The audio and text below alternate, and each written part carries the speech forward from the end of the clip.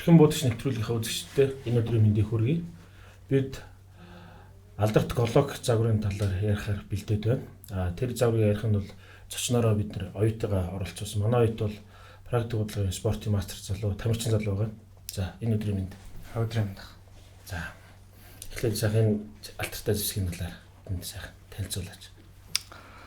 За Glock гэд энэ буг анх зэвсэг зохион бүтээгч биш. Gaston Glock гэд инженер бизнесмен зохион бүтээсэн байдаг. Тийм болохоор түүх нэг сонирхолтой.